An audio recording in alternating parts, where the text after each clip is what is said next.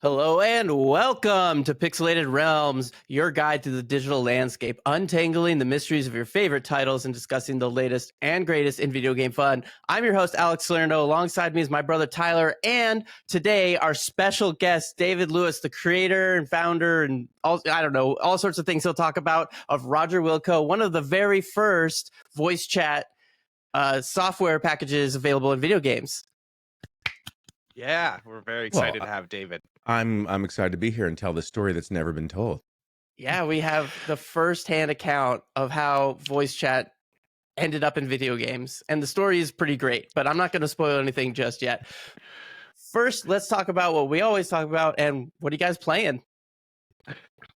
What are we playing? Well, it's just because I'm so passionate about what I'm doing right now. I'm gonna interject first here. I'm still playing Skull and Bones, baby, and I don't care who what the reviews or the critics say about this game. I'm having a blast. I'm 40, 50 hours in at the moment. I've pretty much completed most of the game. I'm having fun doing some end game stuff. So yeah, don't trust the reviews, everyone. That's all I gotta say this week is, sometimes if you enjoy a game, you enjoy a game and have a good time playing it. That's what I've been up to. Yeah, I think you're a little addicted to it, but so it might skew the review there. Fair enough. I'm playing Call of Duty, but I'm pretty much always playing Call of Duty. And I really what's interesting, because I know you guys outside this podcast very well, is you play a lot of different games, and I've never been that guy who does that. Like when I built my first computer again, 4 years ago, it was Apex Legends, and I was playing it, and then I'm like, this is a really hard game, and you always got to play with a good squad, which we'll talk about squad gaming, I'm sure, when we get to Roger Wilco. But then I was like, okay, there's multiplayer in Call of Duty. I liked shooters, Unreal, Quake, things like that back in the day. So I just been playing Call of Duty, and I really try to get really good. And as they keep changing the game, I feel like the game changes a bit. So I just stick to that game. But I really marvel how you guys have such a diversity in games, RPG games, shooter games, and everything. A boating pirate shippy game, it's wow, totally different.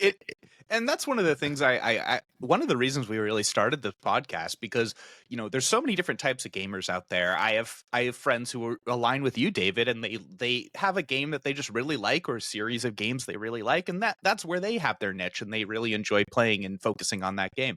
Then there's people like Alex and myself who tend to be a bit more Eclectic. Shall we say eclectic? I like that word. Where we might be switching video games every week or every couple of weeks, just because we love the diversity of seeing what's out there. So yeah, I think it's really cool, and I appreciate both. I'm a little bit jealous of folks who really could have that laser focus, because I'm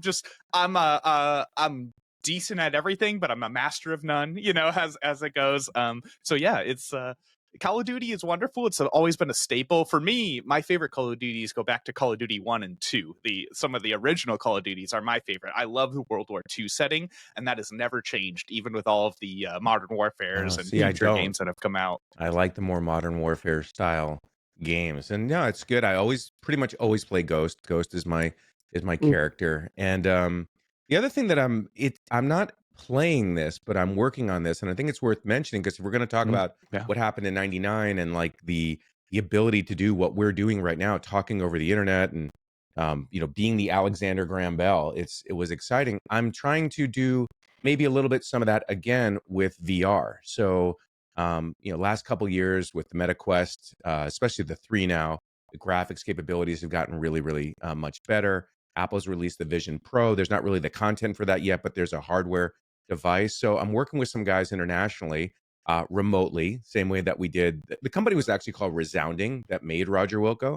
So I'm working with these guys, and what we are doing is basically taking the Unreal Engine, which is, I think, the best platform for building 3D environments, and adding an ability for that to publish your content to the web. In the same way that you can easily drag a video file in the YouTube uploader as a content creator and have it for all to experience, we're bringing that same capability to the development of VR content, so that you'll be able to take it, publish it, and then there'll be a client-side app for your Quest 3 and eventually the Vision Pro, where you can then load up these different environments that mere mortals like us have made. So we we think that what's happened for 2D content with YouTube and Twitter and that type of stuff will eventually happen for 3D environments, and we want to be the platform that enables people to publish that. So that's taking some of my time, but I'm still spending way more time in Call of Duty than I am with that. The devs are working very hard to get the alpha done. We should be done with that maybe this week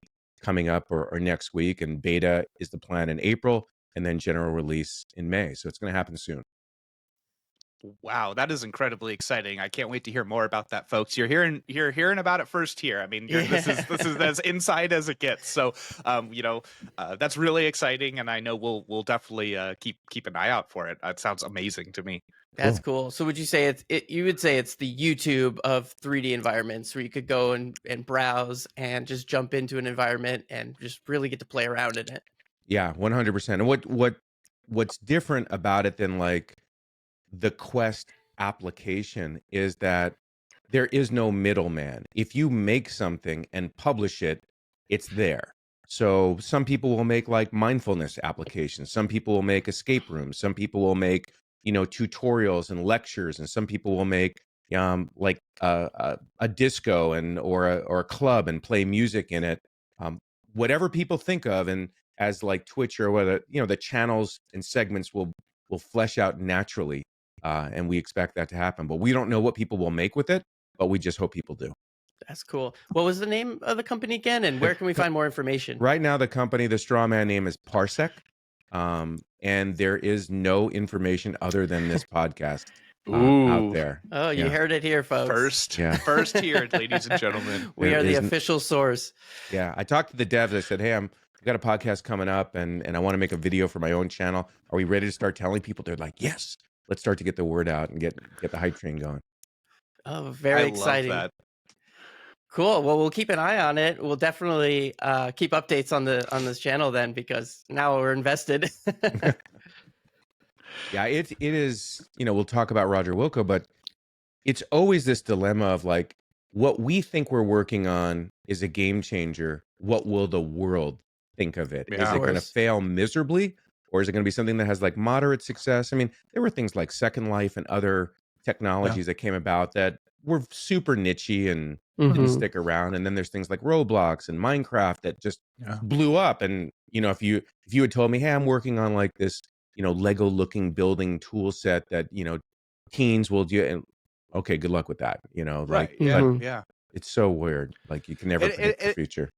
And that's a great kind of segue into your story here, because, right? I mean, this was just as you're going through now, this entire process was just elaborated out of need, right? I mean, there was a problem you had when you were playing video games, and that developed into creating a product that is, essentially universal now within the industry. So I think that's really interesting, and that's the risk of business, right? And although we're not a business podcast, I think it's worth saying, you never know if what you're working on is going to be picked up by the world or by the community, but doesn't mean you shouldn't try, and you shouldn't invest your ideas and efforts and bring everyone together to create these ideas. It sounds so fun, so interesting to me. And I know a lot of people are looking for a space to express themselves with this. So we certainly hope this succeeds, and we'll be tracking it with you. Very cool. So, but before we dive in, we really appreciate everyone who follows us and subscribes to us. It's the best way to show your support right now. We post new episodes every Tuesday at 8 a.m. Eastern Standard Time on podcast services and YouTube. You can also find us on Instagram, Threads, and YouTube at Pixelated Realms Podcast. So now, I almost forgot. And if you want to ask a question or leave us a comment, you can go to pixelatedrealms.org/ask. Leave us a comment, and we'll talk about it at the end of the show. Nice. Yeah. I often forget that, so I have to make sure I drop it in. But I think this is a perfect time to talk about the best part of this podcast now is, our special guest here. Let's talk about Roger Wilco. So how did it all get started? Well, actually, before we do that, let's describe what is the start with 10,000 foot view of what it is, and then we'll go into the story. How about that? Okay. No, that's great. So Roger Wilco, if you take Discord and strip it all apart down to its core capability, was an application that enabled you to connect with another person and talk to them. It was the telephone for the internet.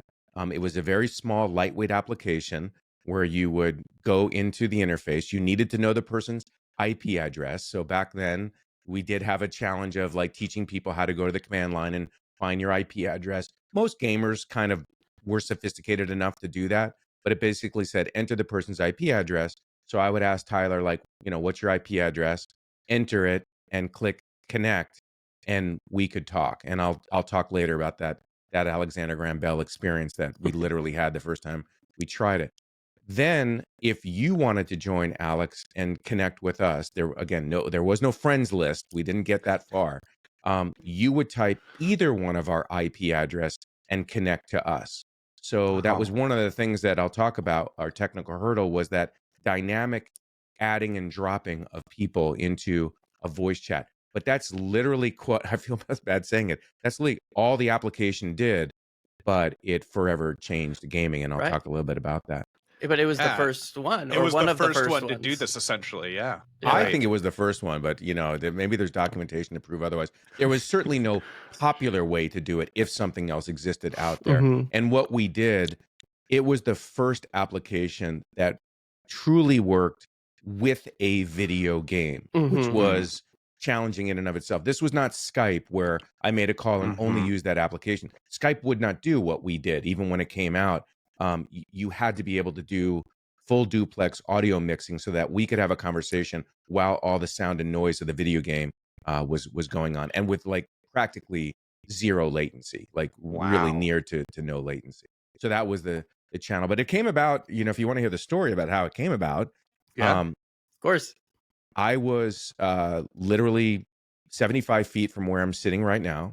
I walked in the front door of my house, and my wife, Tiffany, looked at me as I was like making hot pursuit to the stairs, wrapping the corner. And she's like, "Are you going upstairs to play with my brother?" And so Mark, just like you guys, my brother-in-law was my gamer buddy. And he and I would play pretty much Quake, Duke Nukem, and Unreal Tournament on the Ooh. regular. Yeah, Good great game. stuff. Yeah. Good stuff. Love shooters. And so I would come up here to sit right here, and I had a phone that had a speakerphone button on it. Made sure I bought one of those. And in our house, we had a modem line and we had a phone line. There were no cell phones, anything like that. So there were, but only business people had like these big boxes in their old, car. Yeah. huge phones. Yeah.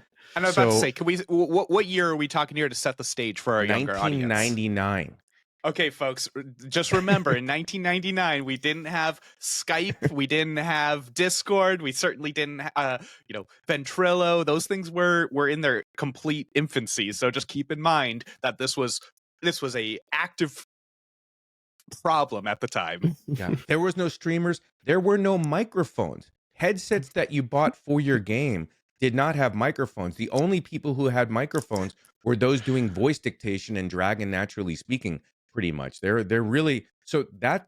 Believe me, when you bring to market and you think who's going to be able to use this, we'll get to that. But so that was the environment then. 1999. I had a really good run in my career. I worked at Microsoft. This is the entrepreneur's start. Like I did 2 years at Microsoft, about 9.5 years at a company called Fairlawn, which became Natopia. And I grew up there as their head of marketing. The company went public in 1996. So I had done corporate America for a while. Company was 100 people when I started. 9.5 years later, I think it was like 400 or 500, and I was kind of done. I wanted to bring something to market and do something. So I had actually left, resigned, and told my wife, "Hey, I'm going to take some time off to figure out what I want to do. It's going to be something in the .com era because it's insane right now. We can come up with an invention, get it out there, get millions of people, and make a lot of money." That was in my mind. Little did I know that she would be the one that came up with the great idea. So as I'm telling her I'm coming upstairs to hit the speakerphone and call my brother and play, she goes, "I got to call my mom." And literally to this day, it's the same thought that goes through my head. I'm like, well, that's going to take like an hour at least. And she goes, "Well, yeah, but you're going to play for like 4 hours. So shouldn't I call her first?" I go, "Oh, can you keep it short?" And she's like, I'll let you know when I'm done. And then like out of the side of her mouth as she's turning, she goes, "You know what you should do? You should figure out a way to talk over the internet." I'm like, that's actually a really good idea. I wonder if I could figure out how to do that. And Oh Alex, my there may be a gosh. parallel universe coming up as I realize that you and I are going to head to the Game Developers Conference coming up. So Yeah. I come upstairs and I wait for her to get off the phone, and I'm able to get on the internet, and I'm searching, and there's nothing out there. There's no way to do this. So again, we could talk about this for a long time because I've never documented it. I'm excited. What happened next was I went to the Game Developers Conference and networked with a few guys, Adam, Henri, and Sylvan, who I know these guys by their gamer tags typically, but those are their names. I think it's in the Wikipedia page.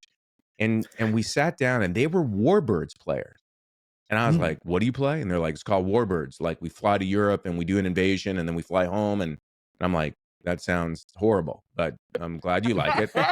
And they were like, "We need a way to talk to our squadron because we're flying hours over the Pacific to go there." So they wanted to talk because of boredom and just looking Yeah. out the window and flying in their planes.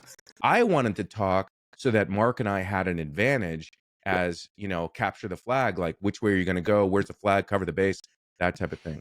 So long story short, the five of us sat down at a round table in San Jose at the Game Developers Conference, and they're looking at me and going, "What's your expertise? What do you do?" I'm like, "I'm not a coder. Was, but I'm not really anymore. But I'm pretty good at this online marketing thing. So if you guys can make it, I will focus on the marketing of it, getting people to use it, building community for it, and I'll go to all the leading game developers and see if they'll bundle it." And they're like, "You're on board." And so that was literally the interviewing process we all used. What do you do? What do you do? Sylvan was at Stanford. Sylvan's a genius. Unfortunately, I actually don't know if he's still around. I hope he is, but he became very, very sick and wheelchair bound after a trip to Europe. This was maybe a decade or so ago. So during this time, he's vibrant, he's great, and he knew Sean, the founder of Napster. And so because he was at Stanford and working on Stanford security, he was the one who coded the dynamic networking ability that we had within the product. And he was a genius in that. Henri worked on the UI. And so we each took different roles. Adam Yeah. was the president. Henri was like our CFO and operations person. So like any organization, we just assembled into roles that were our best lanes. We didn't care what each one was doing from a territorial perspective. And like in a startup, you just got it going. So Just go. literally within the meeting, you talked about technical hurdles when you wanted to kick that off. We'll talk about that. Within 4 months, we had a working prototype. Wow. And that was fast because we had some major hurdles to get over. In order for us to build the application, we had to do a few things that, let alone being able to talk over the internet. The first thing is we needed a codec, a way to compress and decompress audio, voice, and have it sound good. Like Discord's audio quality is great. Back then, ours was like, if Discord's audio is like 4K TV, we were like old TV, 740 or whatever. Standard definition. 480p, baby. Yeah. You could hear each other, but it didn't sound like this. And nobody had these microphones either. But so we were able to, and it was an Alexander Graham Bell moment when Henri and Adam and Sylvan was like, "Okay, we're ready. Do you guys want to do a test?" And so we all got the software downloaded on our machine, and they're like, "Okay, here's what to do." And they were chatting apps back then. Just like, find your IP address, go do this, and go do this. And there was that, "Hello, can you hear me?" And we were like, "Holy shit, it works." That's amazing. Yeah. Now, Sylvan knew it worked, but we had never, ever sat at our computer and heard someone's voice come through it. And so that was the first. And the way that came about is Adam and Henri were in the military, and they contacted the US military to see if there was a compression, decompression algorithm that was in the public Interesting. domain now, because they were in the Army. And they said, yes, as a matter of fact, there is. You can have it for no money, declassified. And it was the old like Battlefield walkie-talkie codec. Yeah. So we got that. Sylvan worked his networking mastery. Microphones we'll get to later. But then there was also the ability to have the audio working while the game was working. And that did require a full duplex audio card. That was not all the rage back then. So there were some system requirements. But gamers, we'll spend money on fucking anything to Tell me get what to buy. yeah, Yeah, I will get it. exactly. What model? And so that was it, guys. And there was a prototype, Wow. and look, that was I don't want to take any credit from the genius of those guys making that. Of course. It now the ball was in my court to help the world find out about this and get game developers to do it. So that was how it got started. That is, I mean, that yeah. is just so interesting. And of course, I'm a little invested in that because not only am I a lifelong video game lover, but I'm also someone who's very enthralled in audio and that professional world. So to me, that is quite an amazing story and is really exciting. I mean, just for maybe any of our younger viewership, I mean, in '99, we, like David was saying, we didn't have microphones. I mean, you couldn't go to the store and buy a microphone that you could just plug into your computer via USB. I mean, as far as I remember, that was not an option. And I even remember being a young kid, I mean, I was around like 7 to 10 years old at that time, thinking like, a microphone? I'm not getting a microphone for this video game. That's ridiculous, And that was a lot of people felt at the time. It was like, it was like this whole, like, that is just a weird idea. Why would we have a phone line on a computer? And now look at us, right?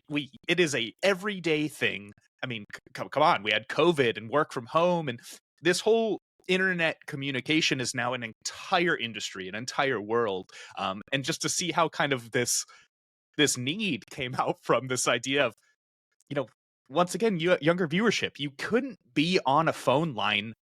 You couldn't have two people on the same phone line at once. So this is what David was saying. His wife couldn't make a phone call while he was also making a phone call. That was a limit of how home phone lines worked. Yeah. And so there it's was just no party line either. So I could call Mark, but if we had a third or fourth or fifth player, no, you can't talk. that was it. Right. You had one line. If David picked up the phone while his wife was on the phone, he would become part of their conversation. That's how Yeah. it went back then. Yeah. Crazy. So that is just so interesting and really, inspiring. And I hope people feel that way too when they listen to this story, because, once again, it's taking a really simple need, a simple problem, creating a product, using your vision, using other people's expertise, right? You might not be the world's, most incredible programmer, but you do know marketing, right? And you can partner with these individuals who do have specialty skills, and you can all come together and create something. I think that is something that's so, how do I put it, kind of, especially in American culture, it's something we kind of forget about, right? I like to look at Taylor Swift. I use Taylor Swift as an example of this all the time. I say, Taylor Swift is incredible. She is maybe one of the most successful business people of all time at this point, especially in the music industry. But, I always tell people, remember, Taylor Swift did not get here alone. Taylor Swift had some incredible marketing team, had some incredible business people behind her. She, almost undebatably has this incredible team of people that works with her to create what she is today. And that's kind of what that story reminded me of. I go, it's this small idea that through collaboration with individuals in various fields, you can create something that completely changes the world. And I find that really cool. Yeah, And I feel what like you two are doing as brothers is neat because your family doing a podcast together, that doesn't often work in business, right? You guys have a similar passion. But it is a lesson, and it's something Alex knows that is core to me, is that I am always networking. I'll network with people in elevators. I played golf yesterday with my buddy, and there was a gastrosurgeon there. Of course, I got his name and number because I want to know as many people I can with as much expertise, because when I either have a health issue or want to start a business or want to raise money or whatever it is, an attorney, a doctor, I want someone in my network that knows how to do that. It's just who I am to my core, because it's that exponential multiplier of life. yeah.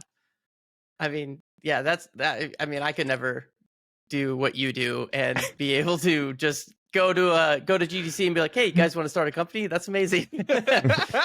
I mean, but back kind of to the story, like, I mean, we're going to continue on. There's a lot more to this, but I mean, like, what was the energy like in the room in that first message?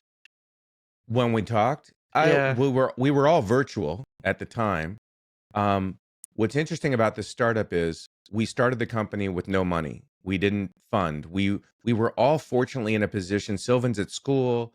I had made some money from the previous parts of my career. I looked and said, okay, if I don't get a salary for the next 5 years. I'm going to be okay. So I'm going to take my time and figure out how to do an incredible startup. So we were all very lucky that we didn't need money Yeah. at that time. We ended up raising $1 million from the state of Wow. Massachusetts that had an incubator fund for startups. So we founded the company in Western Massachusetts because we could get this Wow. governmental $1 million.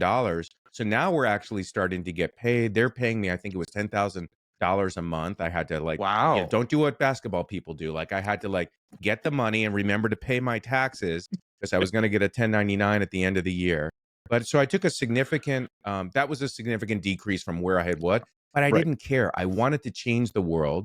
I was fortunately in a financial position where I could, have kind of sweat equity. And so we all had equity in the company. We ended up selling it. So spoiler alert, we'll get to that part of the story.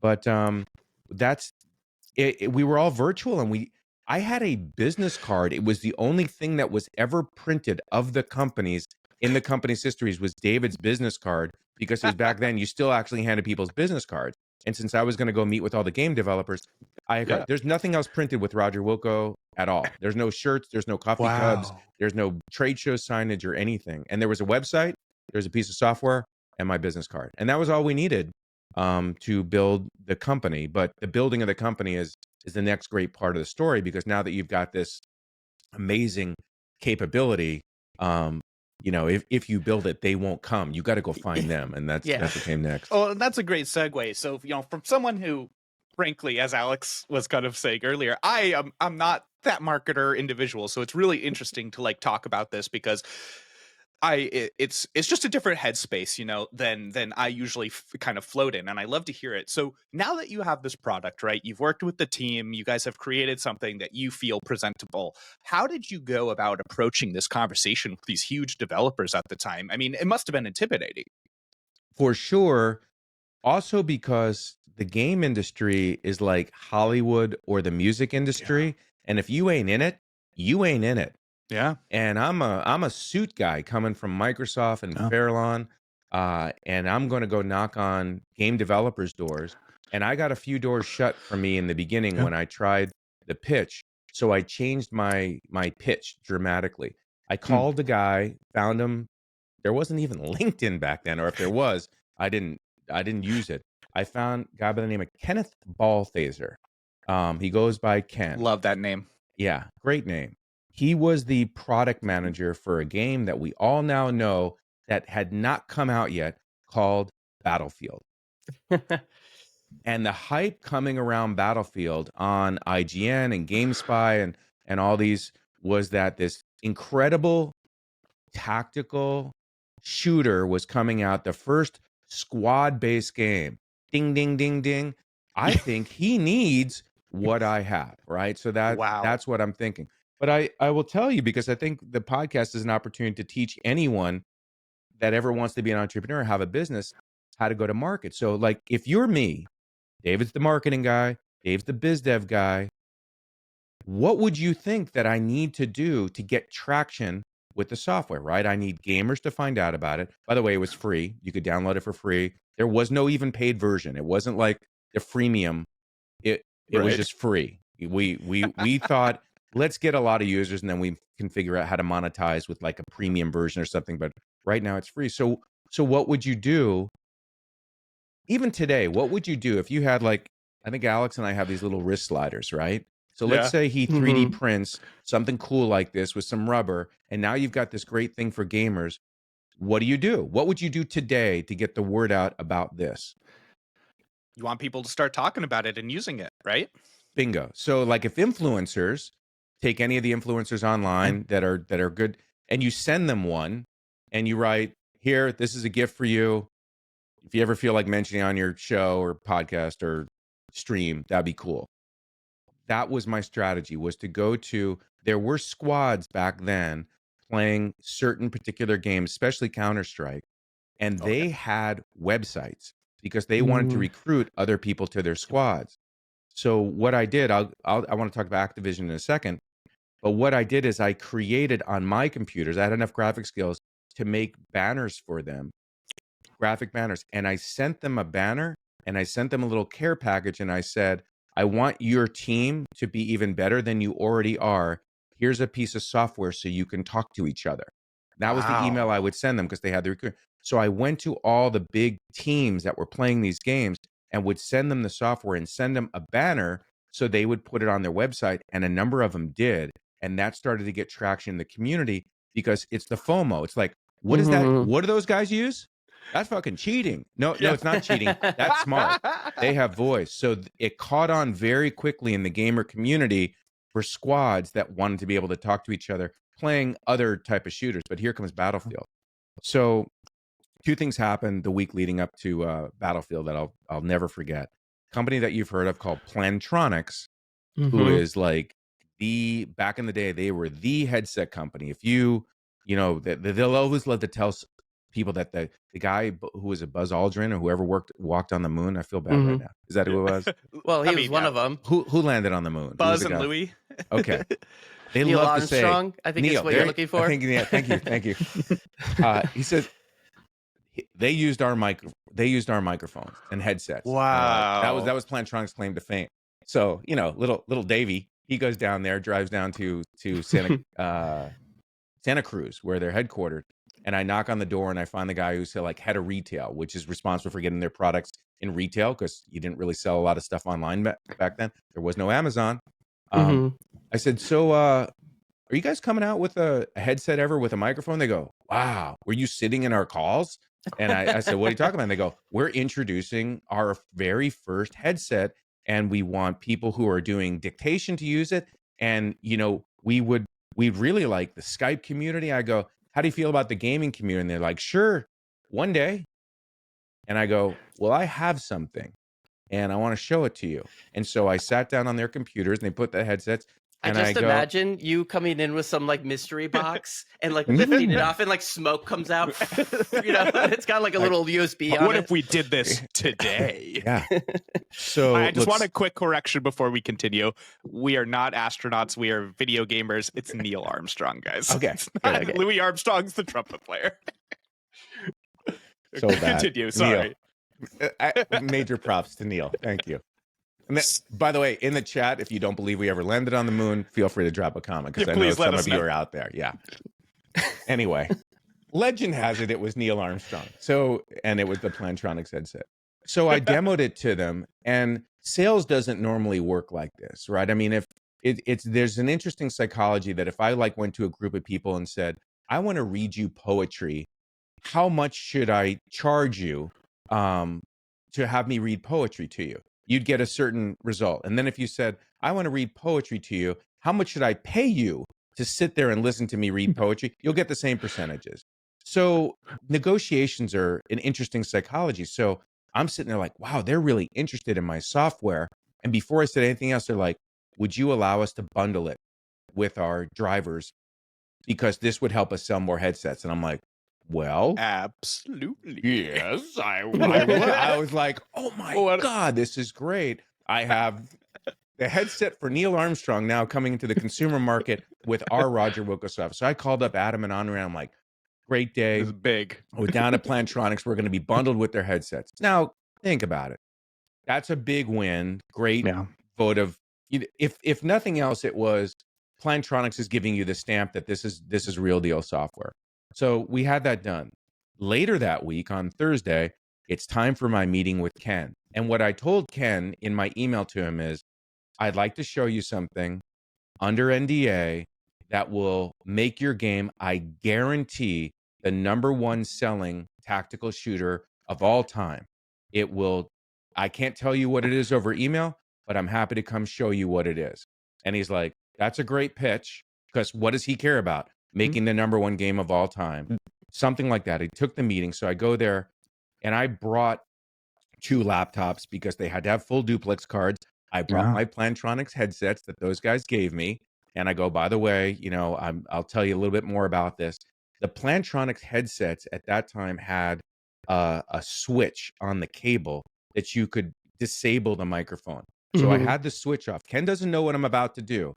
I go, would you install Battlefield on this machine and this machine? He goes, I'm really not supposed to install it on these laptops. I go, you can throw the laptops in the trash away if you want to keep them. I just need an environment to be able to showcase what your game will look like, is what I said. So he installs it on both. I plug in the headsets. He sits down about 10 feet away from me. I go ahead and launch the game. Let's play for a little bit. Let's see if you notice anything. Remember, the switches are off. He goes, honestly, Dave, and I only got a half hour today. He's kind of short with me. I only got a half hour today. I don't see anything. I go, oh, okay. Yeah, it's not visual. And I walk over and I flip the switch and I go sit back down and say anything. Go, what about now? And he goes, like his head just snaps. Like, where the fuck did that come from? I go, yeah, it's voice capability. He goes, you can talk to me while we're playing the game. I go, not just you, the whole squad. He lit like the Plantronics guy goes, this game is shipping in 60 days. Can I bundle this with the game? I go, yeah. and kind of the rest is history, because once you had like a major microphone company saying this is real deal chat software, and you have Battlefield bundling it. And Ken, thank you if you're still out there and never listened to this, because I've never told this story. Like, he was the catalyst, because look, I remember in my career, I worked at Microsoft and I could get interviews at least because I worked at Microsoft. If you get someone to make that kind of investment in you, and that someone is recognized as a thought leader or the best game or whatever, it was there. And that's how we got Halo. And I mean, we can talk about the Microsoft. We should briefly talk about the Microsoft deal, because that was genius on Microsoft's part. We got screwed on that and they won huge. But that was the momentum. So my whole strategy, we launched the website, we launched the software, we had every clan, every squad using the software that I possibly could get in touch with. And then the other games started bundling it. And 1 year later, guys, oh, by the way, so my office did eventually move out of the house because Tiffany wanted to kick me out. And I went down the street and I borrowed space at the State Farm office down the street near our Safeway here, and worked upstairs. And the State Farm guy would come in every day. He goes, you work, right? I'm like, yeah, why? He goes, because you play games all day long. I'm like, I'm testing our software and I'm marketing it to these gamers. And he's like, yeah, whatever. That is just so thought I played funny. games. So that was it. And so I walked down to a company called Hear Me. Back in the day, they were called M Player. 1 year after we had launched the company. And this is bittersweet, guys, because that year of my life was about the most fun year of work ever, because I was doing something that I was so passionate about, playing video games and talking to people. Like, nothing could be better for David Lewis than playing games and talking to people and talking about games. So I walk into M Player because they had this gaming platform that enabled people to chat, and they had voice in the lobby. You could talk in the lobby, but you couldn't talk in the game. So I'm like, I have this technology that would enable you, if you guys use we now have an SDK and integrate it, you could actually carry the conversation into the game, and that would make your gaming platform better than some of the competition they had back then. That very short 1 hour meeting left to them acquiring the company about 8 weeks later. Wow. Yeah, they didn't want to just talk in the lobby. What they realized was, so you don't have a whole bunch of servers in a data center that's enabling voice. You can just do peer-to-peer voice like Napster. Yeah. And I'm like, yeah, we don't have any servers. And they wanted that capability because their costs were getting astronomical as their platform was growing. And so they needed to solve a different problem. Turns out they bought our company. This is the end of this is the bad part of the entrepreneur story. Acquired it, signed the paperwork Friday. I went to work Monday and they said, by the way, we're shutting down our game division. And I like almost cried on the way home. I was like, wow, the bait and switch. And about a year later, I was able to get them to sell off the game division to GameSpy. So I went to GameSpy, and my role at GameSpy was getting the technology into as an SDK into all the other games. And that's when we licensed it to Microsoft. I was so happy. I came back and I'm like, told Mark, the CEO of GameSpy, I'm like, dude, we got Microsoft for $200,000. He's like, really? They're going to buy the SDK for $200,000. I go, yeah, they want an unlimited license for $200,000 to put in every game that they publish. You ready? They didn't have Xbox back then. I didn't know it was coming. They didn't disclose it. All they had was like Might and Magic and like the Microsoft Flight Simulator. I'm like, you guys want to buy this for $200,000? A year? You thought it was a steal. Yeah. So that's how they took that technology and then created our first Xbox Online. Is that what you're telling me? Yeah. Right now? They required every game published by Microsoft to have voice in it using our technology. It was genius. Holy cow. I mean, and then the company was sold, and then the license is just still out there. It's like in the public domain. Best deal ever. It- Microsoft is genius. I mean, yeah, good for Microsoft, but but I mean, that's insane because for me, obviously, I'm using myself as a example, a model of like the kid at the time experiencing this because that's what I was. I mean, when Xbox came out and we got those headsets with, it was Alex's Xbox at the time, and I remember buying that headset and that was where the whole that's where the community, the toxic shit talking community stuff started in Halo, where it was like, oh man, now we can talk to each other and everyone's telling me I'm crappy at this game and I was just like, it was this huge step in video gaming, and it's just so funny to look back at it now and be like, wow, who knew I would know people in the future who are involved in making this happen. It's just interesting. So the interesting part of the story is Unreal. I talked in the beginning how I'm now doing, another startup leveraging the Unreal platform. I've always been an Unreal geek. I love the platform, both games that are made with it as well as the technology itself. Have it on this computer. Cliff Bleszinski was like the guy at Epic, the public figure for Epic back in the day. And Cliff was probably about 10 years younger than me, maybe more, I don't know. But I remember going to E3, the other big gaming conference, and I hunted down Cliff. I'm like, I'm going to find Cliff. He's like this rock star in the industry because there's Unreal Tournament and all the other stuff. And he's a level maker for them. And so everybody good. worshiped Cliff. And he was really hip and cool and, always dressed really funky. And just, he had that vibe. I'm not that vibe, just so everybody knows. I'm not. But I'm really passionate about my voice tech, and I bring it to him. I finally, we're out drinking one night. I'm like, I'm going to do whatever he wants to do. And we were in LA, and I won't talk about all the shit we were doing, but I'm going anywhere Cliff wants to go. And I'm like, hey, Cliff, isn't it about time that you bundle Roger Wilco or use the SDK and integrate it with Unchained? He goes, I don't want to hear what some 8-year-old has to do barking in my ear while I'm playing the game. He goes, no, it'll never happen. It's happened, but Cliff had to leave. Like Cliff was anti-voice chat totally. And so a lot of the capabilities that you see like in Call of Duty today of proximity chat, the last words upon your death and that type of stuff. Yeah. Voice has come a long way, right? Mm-hmm. You're just able to talk. You didn't have any way to turn it on or off in the SDK. Like it just worked with your group. It was squad based, and I don't know. I was kind of like, well, why would you play with someone you don't want to play with in your squad? He's like, people don't control who's in their squad. It's just random. It's matchmaking and that type of stuff. And I never got Cliff to go along with it. But it's funny. Was that a common gripe from people who are trying to adopt it? Because I remember when Xbox came out with their voice chat, that one of the things you could do was put a filter on your voice to make you sound older, so people couldn't tell you were a kid, which kind of to me indicates that was a general worry that people were playing with little kids and were going to be annoyed by it. Yeah. Well, I mean, look at you and I. You always turn voice chat off. That's true. You don't want it. And I always turn it on and make friends with randos online. It's a persona. Yeah, for sure. Yeah. And it's a mood too. Like nowadays, like I can be one way or the other. Sometimes I get on and I just want voice chat off. I don't really want to kind of like have that interaction. Sometimes I pop it on and I say, hey, let's have a good like fun time and interact with people. I like the option, but it's still, to this day, it's still a topic that's discussed. I mean, for example, Mortal Kombat 1 was released with no ability to mute your opponent. And fighting games are notoriously kind of, I don't want to say toxic, but like it's a one-on-one. Competitive games in general. So I played my first game.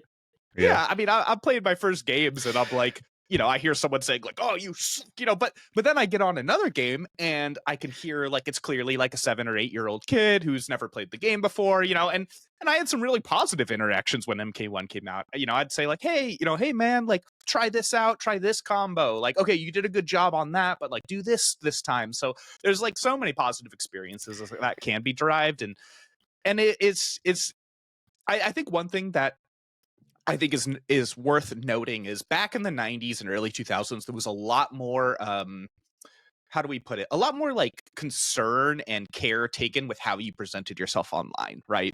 A lot of like parents and even the kids, like back in the 90s, it was kind of like, well, don't, there's strangers online, like stranger danger. Don't like interact with people. There was sort of this zeitgeist of like, to maintain your privacy. It wasn't until we got MySpace, Facebook, and other social media where everyone started to open up online and start to kind of, we stopped caring, right? We started making our lives online, and that was not the case in the 90s. So when 10-year-old Tyler went up to his dad and said, "Hey, I want a microphone so I can talk to people," dad says, "No, I don't want you talking to these random people." Eventually he broke, because I'm pretty sure I still have the Xbox microphone that looked like I'm just using us as an example, but that was a lot for the 360. There was a lot of parents at the time who had feelings like that. They didn't, not only did they not want their kids talking to strangers, they didn't want strangers talking to their kids. Yeah, but and it took some years.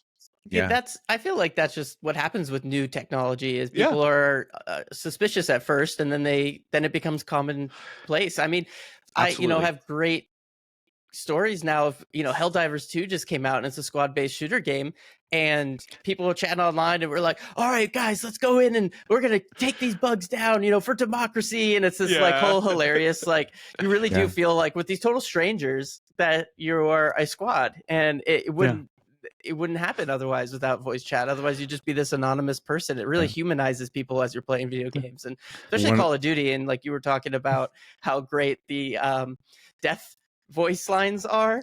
That's like one of my favorite features in any game, when you kill somebody and you can hear what they say, like they're just like a 5-second clip, and you're just like, no way, you cheating, or whatever. Yeah, so funny. I mean, like, it also revolutionized how role playing works in video games. Like, oh, absolutely. I mean, like, we couldn't have experiences like we do nowadays without this kind of online interaction.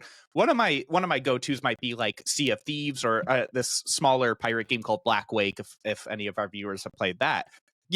Like you said, Alex, like, you just have such a good time in the role-playing aspect. We'd launch into this pirate game. You're all trying to like load cannons, do the sails, captain screaming, and everyone gets super into it. It'd be like, guns on starboard side, all right, man, go, and it's just that kind of interaction becomes so fun. It adds a level of immersion that you you literally couldn't get anywhere else.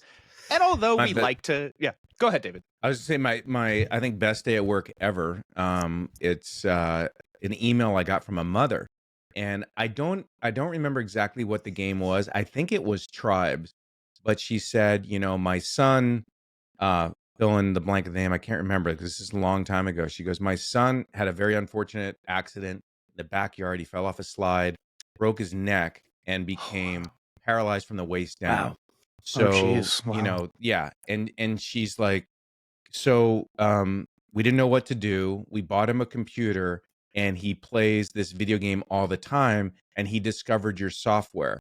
And she wrote me like how much her and her husband thanked us, because someone who was immobile and really for his age affecting his ability to build friends and socialize, she's like, he loves playing this, and like I couldn't imagine what the experience would be like without voice. And it made me feel, it was the other side of like, like let's face it, like there's 4 quadrants of communication. There's the same place, same time, which is the best form of communication, togetherness. And we need to get out and do that. And then there's same place, different time, which is what we're doing. And there were no ways to really do that outside of a telephone. And so I look back on that point in my career, and I'm like, if we help this kid as well as many others, and now voice is what it is, it was great. My regret was probably selling the company as fast as we did, because they killed our baby. Could have easily been the Discord or something else, or the Skype. Skype sold, by the way, a couple of years later for $4 billion. Our company didn't sell for $4 billion. Just footnote. So it's like, wow, we sold way too soon. But it was the best time in my work experience, both as an entrepreneur and both doing something you love. And that's why I always encourage people, like, whatever you're passionate about, try to do that as your work. Because if it doesn't feel like work every day, and trust me, at the State Farm building, it didn't even look like work every day, but it was. and we changed the world, and I loved it.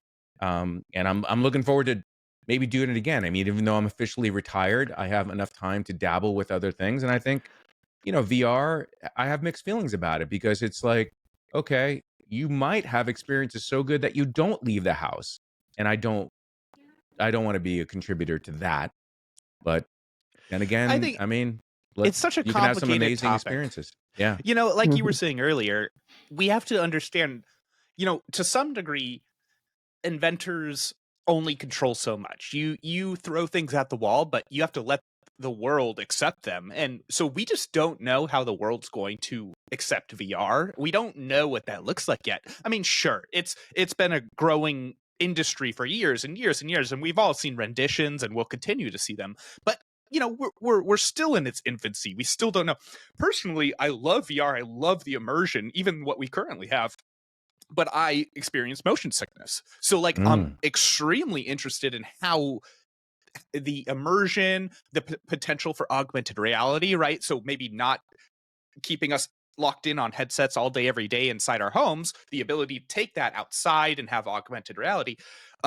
But right, I have a personal hurdle of getting, you know, that motion sickness. So it's there's as you developed, you know, what was it, 20 years ago now, there's still needs that need to be met. So if we have any young entrepreneurs listening, please, find those needs and start to fill them. You know, that's good business for you.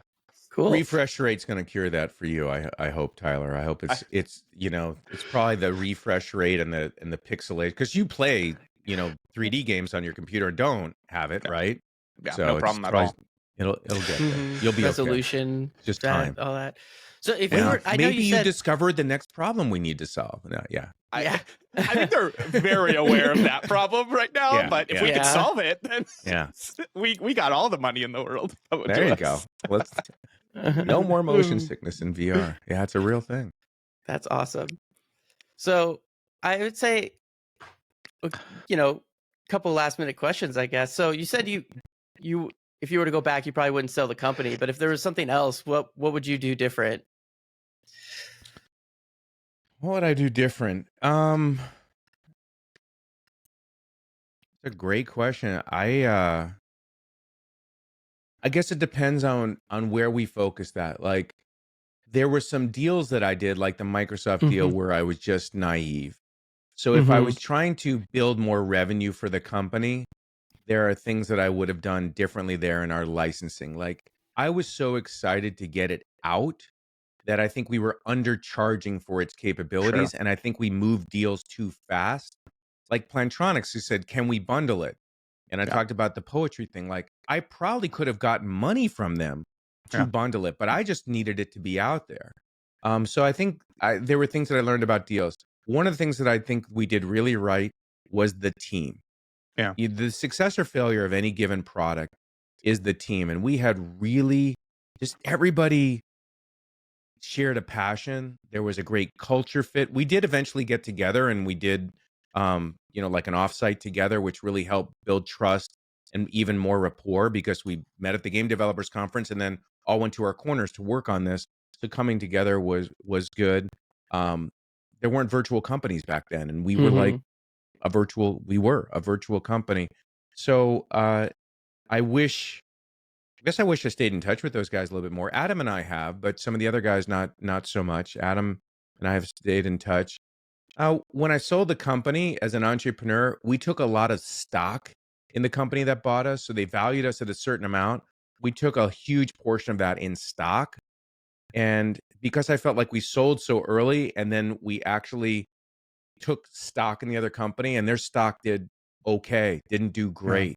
So my regret is, like, had I not been maybe so hasty on some of the deals and even the deal structure for selling the company, financially, we would have had a bigger impact. So from a numbers perspective, that was that. In terms of the product, I think we moved quick. We getting the MVP, the minimal viable product.